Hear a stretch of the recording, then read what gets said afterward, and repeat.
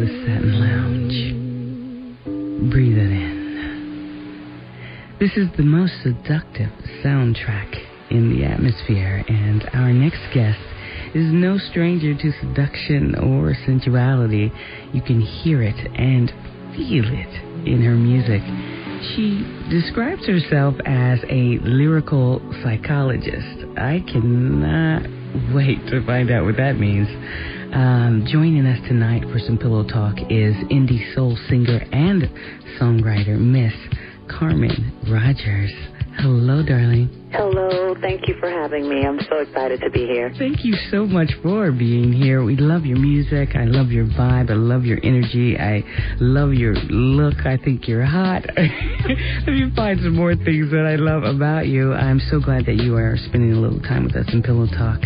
I want to, before we talk about your latest EP, the Bittersweet Part 1, I want to step back a bit, if it's okay with you, so we can get to know you better.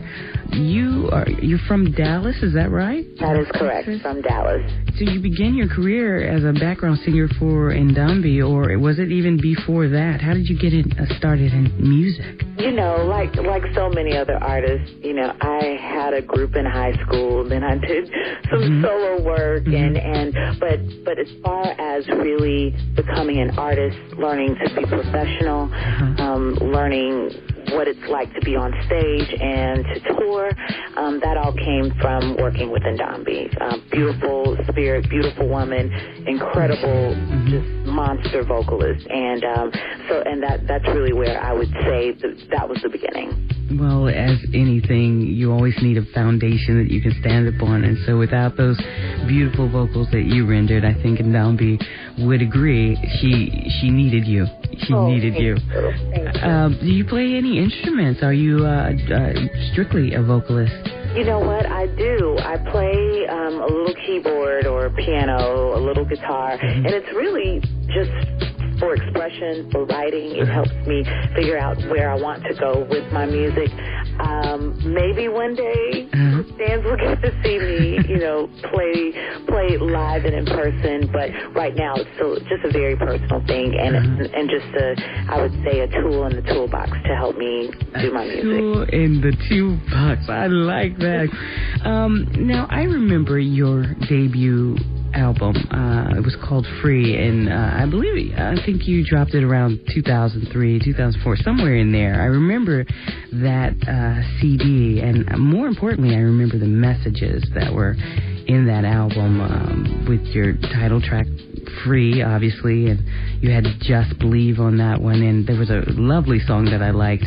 I think it was called Fallen or something, where you were talking about how you needed someone to help you up. And yes. Thank you so much. Yeah. That brings back great memories. It dropped initially in 2004, and then there was a soft re-release in 2005.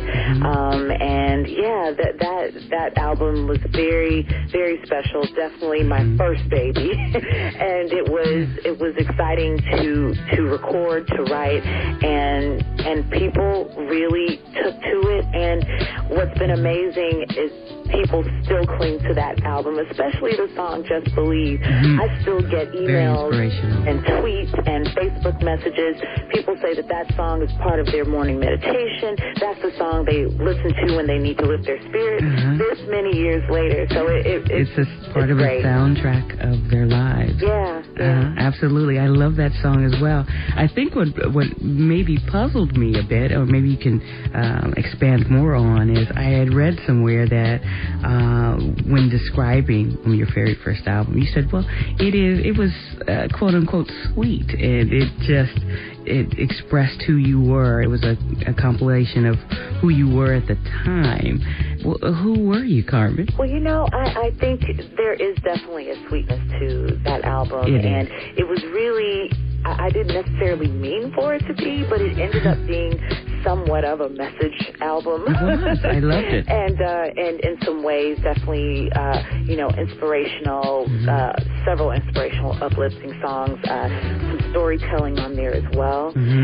So I think that's really there was a sweetness and an innocence to it that I felt was captured. And, you know, and you were just a sweetie grown up pie. a little bit. I don't think I've lost all my sweetness by any means, but I think that definitely I'm a woman now. Oh, okay. And I feel that in some ways, hopefully people will hear the growth with the... Oh, we do. As I had mentioned before, there's a sensuality on this particular, the new project. Can we talk about the latest project, Bittersweet, the Bittersweet? Yes. First of all, I love the play on the words with sweet being spelled S-U-I-T-E to begin with. How'd you come up with that clever little gem? That's pretty nice. Well, honestly, the Bittersweet was supposed to be what it is, but a part of another record. To kind of fast forward and then back up. Okay. My record that comes out later this year is called Intermission. And we can, definitely talk more about it later. Okay. But initially, the Bittersweet was going to be a section on the record, Intermission. So it was going to be a quote-unquote suite of bitter songs. Okay. And so it was only going to be, maybe 2 or 3 songs. Okay. But when we played the music for people, they were like, oh, my gosh, I would buy that if it was its own record. And so my partner and I were just like, well, maybe we should do it as a kind of to reconnect with fans. I hadn't put out music in years. You'd been on a little hiatus. Yes, right? I did. And I said, you know what, this is a great way to do a reintroduction to get people ready for the big record. So we just said, hey, let's do it as its own entity, and there you have it. You have the Bittersweet. And with that came, I said, you know what, I wanted this to be really personal. Yes. I wanted it to be almost conversational. I wanted the listener to feel as though they were a part of the experience. So there are 5 songs, and then there are conversations, candid conversations